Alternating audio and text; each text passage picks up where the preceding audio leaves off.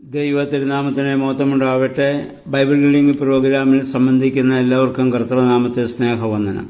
അപ്പോസ്തലനായ പൗലോസ്ലീഹ തീമോത്തിയോസിന് എഴുതിയ 1-ാം ലേഖനം 1-ാം അധ്യായം നമ്മളിന്ന് വായിക്കുന്നു. ഇതിനു മുൻപ് പൗലോസ്ലീഹ എഴുതിയ ലേഖനങ്ങളൊക്കെ സഭകൾക്ക് വേണ്ടിയാണെങ്കിൽ ഇനി എഴുതുന്നതായ ലേഖനങ്ങൾ തീമോത്തിയോസ്, തീത്തോസ്, ഫിലേമോൻ എന്നിങ്ങനെയുള്ള വ്യക്തികൾക്ക് വേണ്ടിയിട്ടാണ്. അത് അജപാലകർക്കുള്ള ലേഖനങ്ങൾ എന്ന പേരിലാണ് ഈ ലേഖനങ്ങളൊക്കെ അറിയപ്പെടുന്നത്.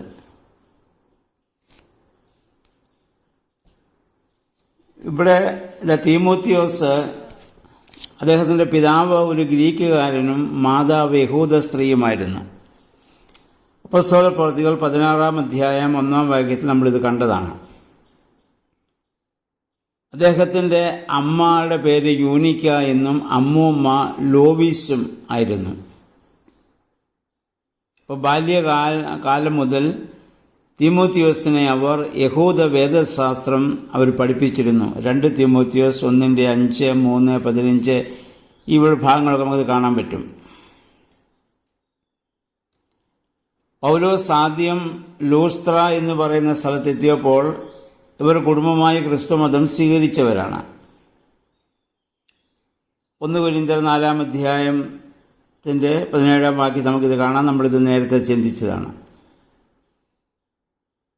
പൗലോസ് അതിനുശേഷം തൻ്റെ സഹപ്രവർത്തകരിൽ ഒരാളായി ഈ യുവാവിനെ അദ്ദേഹം സ്വീകരിച്ചു. അനേക വർഷം എഫേസോസിലെ സഭയുടെ എപ്പിസ്കോപ്പ് അദ്ദേഹമായിരുന്നുവെന്ന്, അതിനുശേഷം സാക്ഷി മരണം പ്രാപിച്ചുവെന്നും സഭാചരിത്രത്തിൽ ഇദ്ദേഹത്തെക്കുറിച്ച് നമ്മൾ വായിക്കുന്നു. ഇദ്ദേഹത്തിൻ്റെ 1-ാം ലേഖനം AD 65-ലും 2-ാമത്തേത് 68-ലും എഴുതപ്പെട്ടുവെന്നാണ് വിശ്വസിക്കപ്പെടുന്നത്.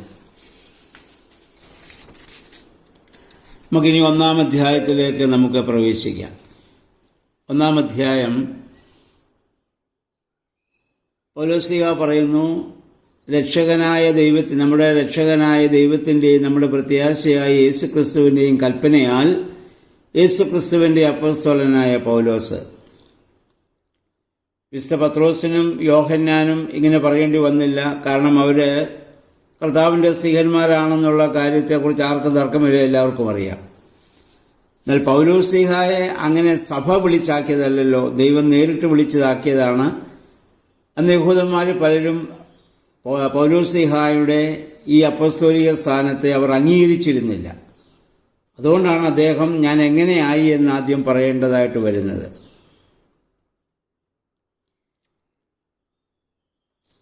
അതുകൊണ്ട് പൗലോസ് കർത്താവിനാൽ വിളിക്കപ്പെട്ടവനല്ല എന്ന് അദ്ദേഹത്തിൻ്റെ എതിരാളികൾ അക്കാലത്ത് വിമർശിച്ചിരുന്നു. അതുകൊണ്ടാണ് അദ്ദേഹം ഇവിടെ പറയുന്നത്, നമ്മുടെ രക്ഷകനായ ദൈവത്തിൻ്റെയും നമ്മുടെ പ്രത്യാശ ക്രിസ്തുവിൻ്റെയും കൽപ്പനയാൽ സ്നേഹയായ പൗലോസ് എന്ന് ഞാൻ ഇത് എഴുതുന്നു എന്ന് പറയാനുള്ള കാരണം അതാണ്. അതുപോലെ തന്നെ നമ്മുടെ പ്രത്യാശ മുഴുവനും ക്രിസ്തുവിലൂടെ ആകിയാൽ പ്രത്യാശയായ ക്രിസ്തുവെന്നും അദ്ദേഹം ഒരു പദം ഇവിടെ ഉപയോഗിച്ചിട്ടുണ്ട്. കാരണം എല്ലാവരും രക്ഷിക്കപ്പെട്ട് ദൈവത്തിൻ്റെ അറിവിലേക്ക് വരുവാൻ ഇഷ്ടപ്പെടുന്നതിനാൽ അത് സാധ്യമായിരിക്കുന്നത് പ്രത്യാശയായ ക്രിസ്തുവിലുള്ള സമർപ്പണത്തിലൂടെ ആയതുകൊണ്ടാണ് ക്രിസ്തുവിനെ പ്രത്യാശയുള്ള ക്രിസ്തു എന്ന വാക്ക് അദ്ദേഹം ഇവിടെ ഉപയോഗിച്ചിരിക്കുന്നത്.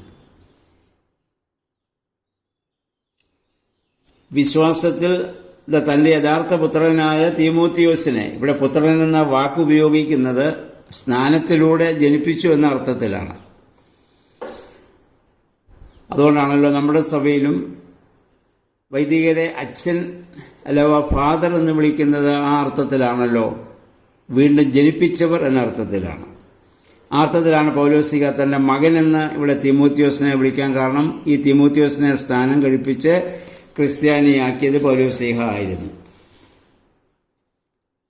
അദ്ദേഹം പറയുന്നു, അബദ്ധവും വേദവിപരീതവുമായ വിശ്വാസങ്ങൾ ആരും പഠിപ്പിക്കാതെയും യഹൂദന്മാർ പ്രചരിപ്പിച്ചു വന്ന കെട്ടുകഥകൾ, വംശാവലി, മാഹാത്മ്യം ഇവയൊന്നും ദൈവവിശ്വാസ വർദ്ധനവിന് ഒരിക്കലും പ്രയോജനപ്പെടുന്നതല്ല എന്നും കേവലം വാദപ്രതിവാദത്തിന് മാത്രമേ അത് സഹായിക്കുകയുള്ളൂ എന്നും അദ്ദേഹം തിമോത്തിയോസിനെ ഓർമ്മപ്പെടുത്തുന്നുണ്ട്. അതുകൊണ്ട് മറ്റുള്ളവരെ ബോധവാന്മാരാക്കുവാൻ തിമോത്തിയോസ് പഠിപ്പിക്കേണ്ടതായ സുവിശേഷം അത് നിർമ്മലവും പരമാർത്ഥവും വിശ്വാസത്തിൽ നിന്ന് ഉളവാകുന്നതുമായ സ്നേഹത്തിൻ്റേതത്രേ. 8-ാം വാക്യത്തിൽ അദ്ദേഹം പറയുന്നു, ന്യായപ്രമാണം അനുസരിച്ച് ജീവിക്കുന്നെങ്കിൽ അത് പ്രയോജനമുള്ളതാണ്. അതിൻ്റെ ഉദ്ദേശം ഇവിടെ വിശുദ്ധ പൗലോസ്ലീഹ ഇവിടെ എണ്ണി പറയുന്നുണ്ട്. അദ്ദേഹം പറയുന്നു, നമുക്കറിയാം നിയമം നീതിമാന്മാർക്ക് വേണ്ടിയല്ല, മറിച്ച് നിയമനിഷേധകർ, അനുസരണമില്ലാത്തവർ, ദൈവഭക്തിയില്ലാത്തവർ, പാപികൾ, വിശുദ്ധിയില്ലാത്തവർ, ലൗകികർ, പിതാവിനെയോ മാതാവിനെയോ മറ്റു മനുഷ്യരെയോ വധിക്കുന്നവർ, അസന്മാർഗികൾ, സ്വവർഗഭോഗികൾ, ആളുകളെ അപഹരിച്ചുകൊണ്ടു പോകുന്നവർ, നുണയർ, അസത്യവാദികൾ എന്നിവർക്ക് വേണ്ടിയും സത്യപ്രബോധനത്തിന് വിരുദ്ധമായ എല്ലാറ്റിനും വേണ്ടിയുമാണ് ന്യായപ്രമാണം നൽകിയിരിക്കുന്നത്. അങ്ങനെയുള്ളവർക്ക് അത് വളരെ പ്രയോജനപ്രദമാണ്. എന്നാൽ 10-ാം വാക്യത്തിൽ അദ്ദേഹം പ്രത്യേകം പറയുന്നു, സൂക്ഷിക്കുക, അശുദ്ധ പാപങ്ങളെ പോലെ തന്നെ അശുദ്ധ പാപമാണ് അബദ്ധ ഉപദേശ പ്രചരണം. നമ്മൾ പാപം ചെയ്യുന്നതിന് തുല്യമാണ് തെറ്റായ കാര്യങ്ങൾ മറ്റുള്ളവരെ നമ്മൾ ഉപദേശിച്ച് പഠിപ്പിക്കാൻ നമ്മൾ ശ്രമിക്കുന്നത്.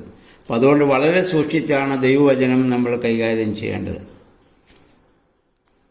12 മുതൽ 17 വരെയുള്ള വാക്യങ്ങളിൽ അദ്ദേഹത്തിൻ്റെ കുറ്റസമ്മതവും തനിക്ക് ലബ്ധമായ കൃപയും അദ്ദേഹം പ്രസ്താവിക്കുന്നു. അദ്ദേഹം പറയുന്നു, ഞാൻ മുൻപ് ദൂഷകനും പീഡകനും നിന്ദകനും അവിശ്വാസിയുമായിരുന്നു. അതിനും പുറമെ മറ്റു കാര്യങ്ങളിൽ അറിവുണ്ടായിരുന്നെങ്കിലും ദൈവഹിതത്തെക്കുറിച്ച് യഥാർത്ഥ അറിവ് എനിക്കില്ലായിരുന്നു. 3-ാമത് അദ്ദേഹം പറയുന്നു, ഞാൻ പാപികളിൽ ഒന്നാമനായിരുന്നു.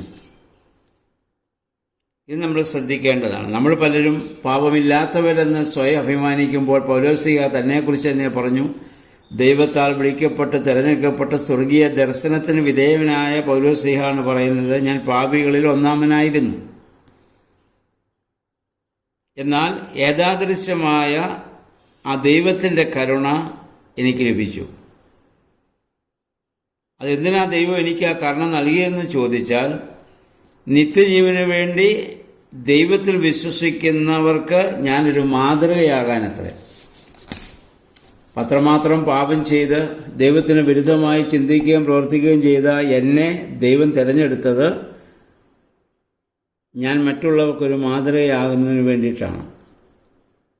ദൈവം നമ്മളെയും ക്രൈസ്തവ മാതാപിതാക്കളിൽ നിന്ന് നമുക്ക് ജന്മം നൽകി ശൈശവപ്രായത്തിലെ ക്രൈസ്തവരായി നമ്മളെ വിളിച്ച് വേർതിരിച്ച് അനുഗ്രഹിച്ചിട്ടുണ്ടെങ്കിൽ നമ്മൾ മറ്റുള്ളവർക്ക് ഈ ഭൂമിയിൽ ഒരു മാതൃകയാകുന്നതിന് വേണ്ടിയാണ് എന്ന കാര്യം നമ്മൾ ചിന്തിക്കുക. നമ്മുടെ ആരുടെയും ശ്രേഷ്ഠത കൊണ്ടല്ല ദൈവം നമ്മളെ ഇത് തിരഞ്ഞെടുത്തതെന്ന് നമ്മൾ മനസ്സിലാക്കുക. ഇനിയും അദ്ദേഹം പറയുന്നു, ദൈവത്തെ കുറിച്ച് അദ്ദേഹം പറയുന്നുണ്ട്. അതിന് 5-ാം വാക്യത്തിൽ വരുമ്പോഴത്തേക്ക്, ദൈവത്തെ യുഗങ്ങളുടെ രാജാവ്, അമർത്യൻ, അദൃശ്യൻ, ഏകൻ എന്ന നിലയിൽ സ്തുതിക്കുന്നു. അപ്പോൾ ഒരുവനിൽ കർത്താവ് പ്രവേശിച്ചാൽ, അല്ലെങ്കിൽ ഒരുവൻ യേശുക്രിസ്തുവിനെ ധരിച്ചാൽ അവനുണ്ടാകുന്ന അത്ഭുതകരമായ വ്യതിയാനം ആണ് പൗലോസ്ലീഹായിലൂടെ നമുക്ക് കാണാൻ സാധിക്കുന്നത്.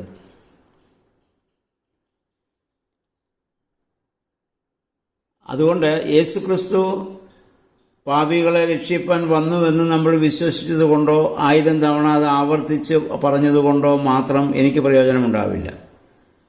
എന്നാൽ പാപികളിൽ ഒന്നാമനായ എന്നെ രക്ഷിപ്പാൻ അവൻ വന്നുവെന്നും അവൻ്റെ രക്തത്താൽ ഞാൻ വിലയ്ക്ക് വാങ്ങപ്പെട്ടിരിക്കുന്നുവെന്നുമുള്ള ബോധ്യത്തോടെ എൻ്റെ രക്ഷകനായി തന്നെ ഞാൻ എൻ്റെ രക്ഷകനെ ഞാൻ സ്വീകരിക്കുമ്പോൾ മാത്രമാണെന്ന് നാം അതറിഞ്ഞിരിക്കേണ്ടതാണ്. അപ്പം നമ്മളും ശൈശവ പ്രായം മുതൽ സഭയിലംഗങ്ങളാണെങ്കിലും അതിനുശേഷം ധാരാളം പാപങ്ങൾ നമ്മുടെ ചിന്തകളിലും പ്രവൃത്തികളിലൊക്കെ വന്നു പോയിട്ടുണ്ട്. അതിൽ നിന്നൊക്കെ ദൈവം നമ്മെ കാത്ത് സംരക്ഷിക്കുന്നത് ഇതുപോലെ തന്നെ മറ്റുള്ളവർക്കും അവരെയും മാനസാന്തരത്തിലേക്ക് വഴി നടത്തുവാൻ പൗലോസിനെ പോലെ ചിന്തിച്ച് പ്രവർത്തിക്കുന്നതിന് വേണ്ടിയാണെന്നുള്ള ബോധ്യം നമുക്കുണ്ടാകണം. അതിൻ്റെ 20 മുതൽ അദ്ദേഹം 2 പേരുടെ പേരുകൾ എടുത്തു പറയുന്നുണ്ട്. ഒന്ന് അലക്സാന്ദ്രിയോസ്, വ്യാജോപദേഷ്ടാക്ക. മറ്റൊന്ന് ഹുമിനയോസ്.